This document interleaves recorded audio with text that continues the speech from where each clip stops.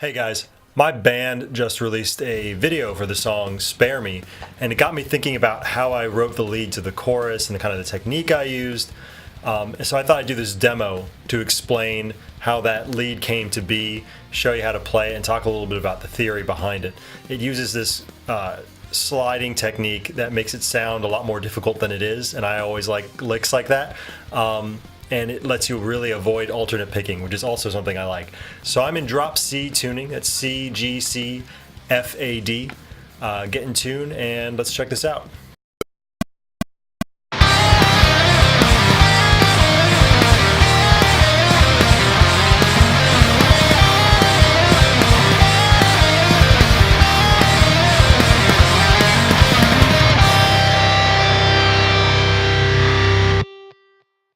So that's how you play part of the chorus to Spare Me.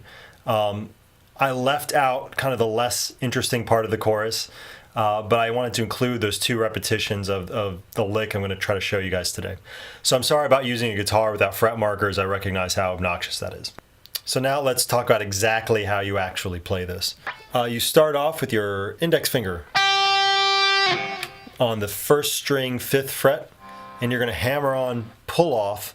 And this is all 8th notes. You're playing straight 8th notes. Before hammering on or playing, I tend to play this. For playing that 6th fret, 2nd string, and sliding up to your 8th fret, 2nd string. So you then work your way, keep working your way down with another play and slide. So you're playing the 7th fret on the 3rd string before sliding down to the 5th fret of the 7th string, and you end that first group of 8 notes there.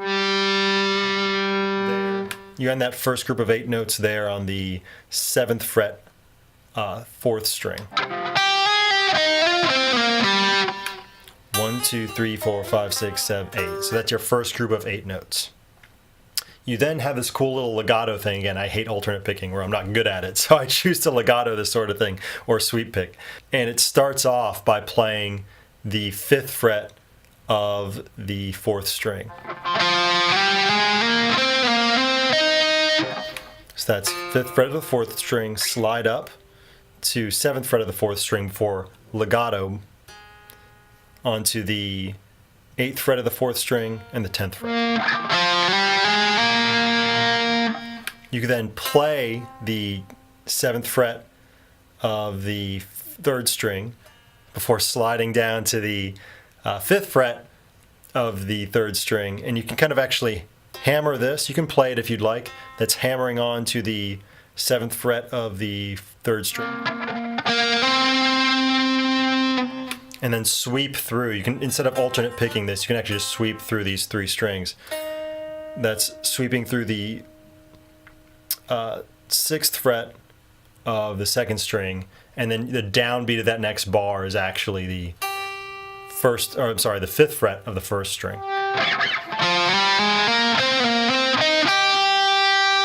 So that note is actually like beat 1 of the next bar. So that's how you play that part. In the chorus, we actually loop that section 3 times, and there's a little alternate version in there that's a lot easier to play. You can probably learn by ear. But that's how you play that chorus. Now, what you may or may not notice is what it's outlining. So back to this camera, if you look at what you're outlining, you're actually outlining this chord,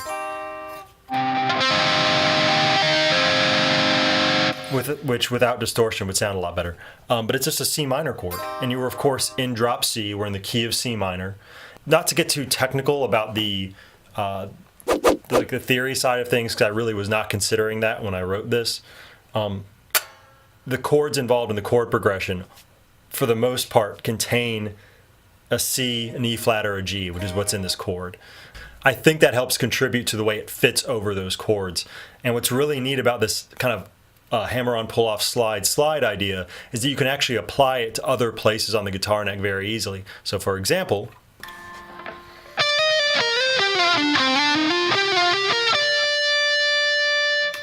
now that's exactly the same shape.